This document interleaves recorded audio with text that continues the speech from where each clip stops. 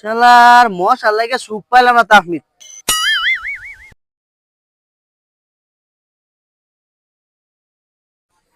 তাকমিদ, পৃথিবীর শ্রেষ্ঠ সুর আর গায়ক কেডা?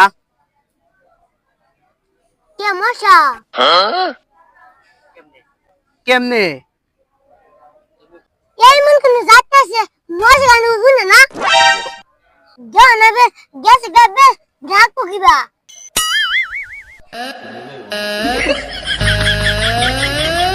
আসলে তো বেল তো নাই, বেল তো গেছে গিয়া।